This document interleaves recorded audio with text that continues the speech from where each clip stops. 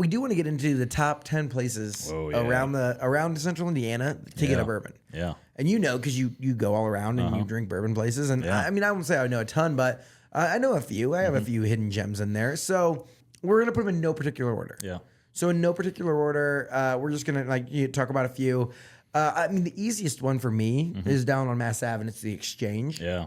Right there, like at the corner, right above, right like by Hasbo, right there. Yeah, That's a solid little spot. I love the Exchange, man. They've got they usually get a lot of allocated bottles in there, which is really nice. What do you mean by allocated bottles? So it's going to be rare. It's going to be hard to find. Like they might only get one that they get to pour out of. So once that bottle's gone, it's gone. You're not seeing it. So that would be like that E.H. Taylor Warehouse C Tornado Survivor.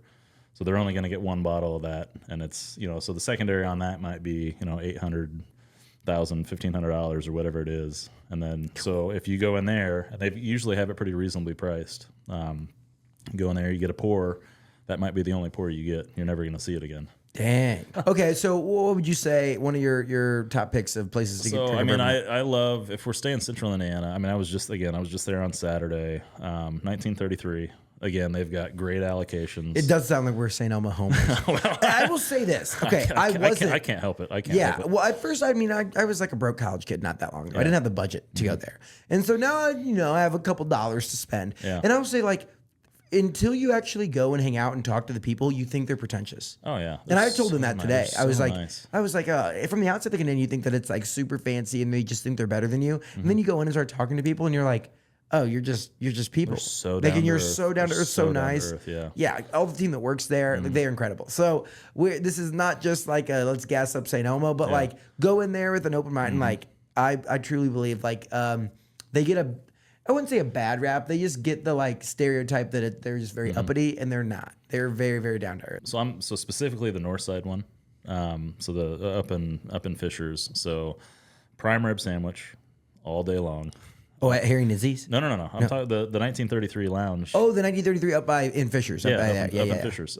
So I start with filet sliders always, and I'll get the prime rib sandwich, and I dip it in that the Slammer sauce, and then I drink 5 or 6 bourbons, and then I'm set. Yeah, right. what more do you need? But they've got they usually they have a good allocation list. I mean, I think I drank 5 bourbons or so on Saturday that were all allocated. That's where I tried the birthday bourbon, tried the new Bookers. Had a few others that were really, really good. And the atmosphere is cool. It's right out. They've got the back patio area. And I will say, like, these might be bourbon bars, but like all these places too. Like, even if you don't want to just necessarily drink just straight bourbon, like there's usually, if there's good bourbon, there's usually good cocktails. Oh yeah. And so I have a good pick that is, at least I think it's a good pick, which is so random. And it's is it called Wise Guys? Like the spot behind. I was literally thinking the same. Is that behind Goodfellas? Yeah. The little speakeasy behind Goodfellas, and it's like this is just like kind of like drunk pizza. Like to me, Goodfellas is like But then the drinks are so fancy back there. And it's funny. I was talking with a client yesterday, and I was like, "Yeah, the Wise Guys Lounge." He's like, "What's that?" And I was like, "In Goodfellas." And he goes, "You mean the pizza joint?" And I was like, "Yeah, it's like behind it." He goes, "Yeah, that's like a pizza joint." And I go, "No, you got to go back behind." Yeah.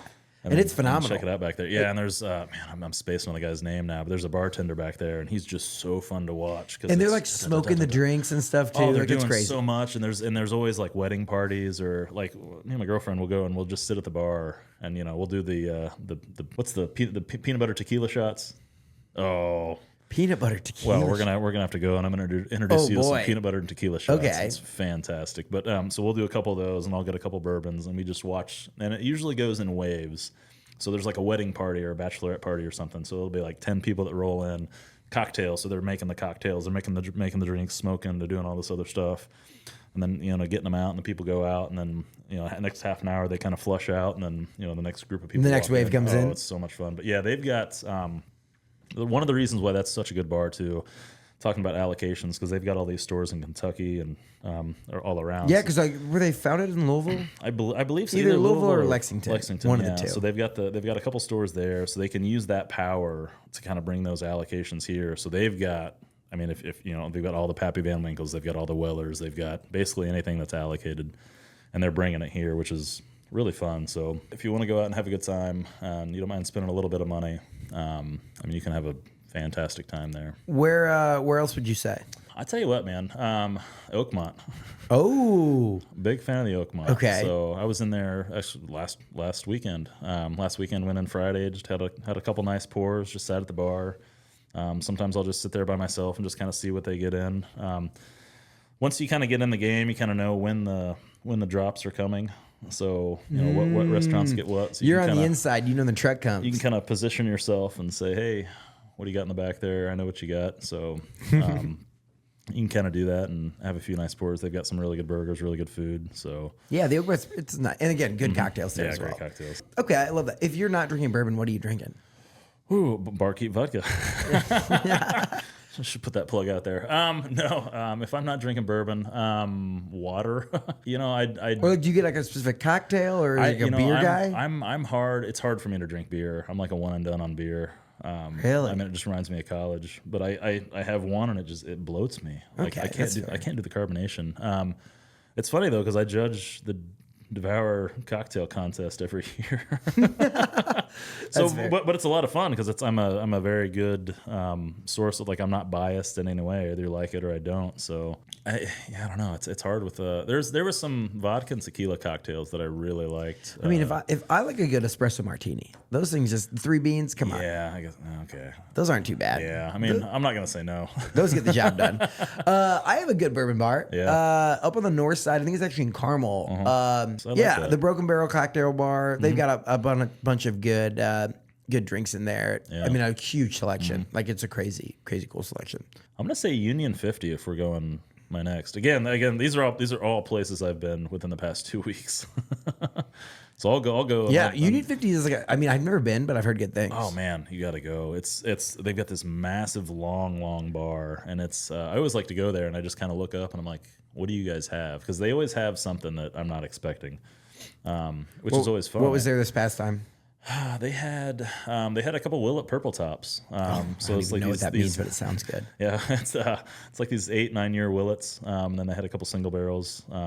Pretty reasonably priced too. So I had some responsible amounts of those. Yeah, responsible amount, exactly. Okay, we have 4 left. 4 left. Okay. There's 4 left on our list. One that I really like, I've only been there once. I didn't have bourbon, but I did have a good espresso martini there, was Turner's. That's up at the, what's it called? The Stutz? Yeah, I have yet to be there, but I had a really good cocktail during the cocktail contest from Turner's. I forget what it was, but I remember it was really good. Their espresso martinis there were fire.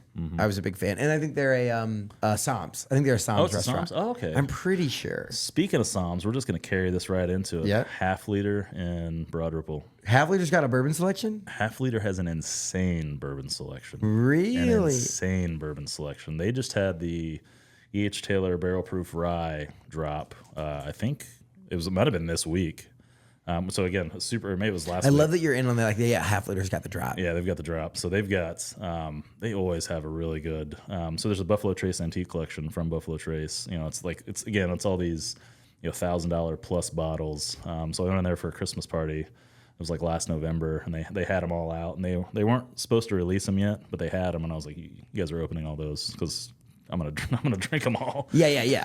So I think I was in there like the day before they were supposed to do it or something, but it's fantastic. So that's like a sleeper too, because everyone goes in there and it's like, and there's always a bunch of like kids running around on the outside, like in the summertime. Yeah, and you expect some German, like some big beer. Yeah, like and they've got a ton of beer, but it's like, I mean, I go there for the bourbon. That's wild. It's a crazy good. And again, they've got the good connection from Sam, so they've got all these. It's these big restaurant groups I think that can pull together and they can really get those. I mean, nothing like bourbon and barbecue. Get those drops, yeah. I mean, there's one that I don't know because I'm not a member, but I had Stephen M. Sean, and he talked about the Bemberg. Oh yeah, and that's right there on. Is it College? It's on Park.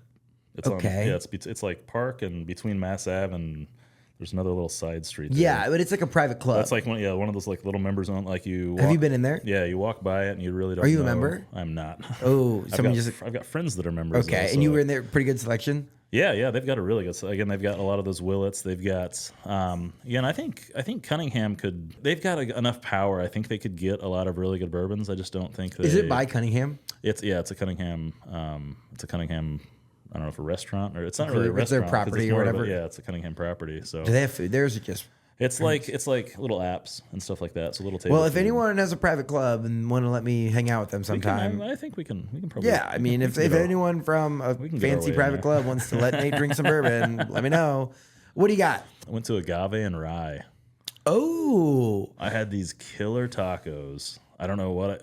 I've been there. We'd had a few. I think I got tequila. So we had a few, and me and my girlfriend were like, at this point, we were like, hey, feed us. We want good food.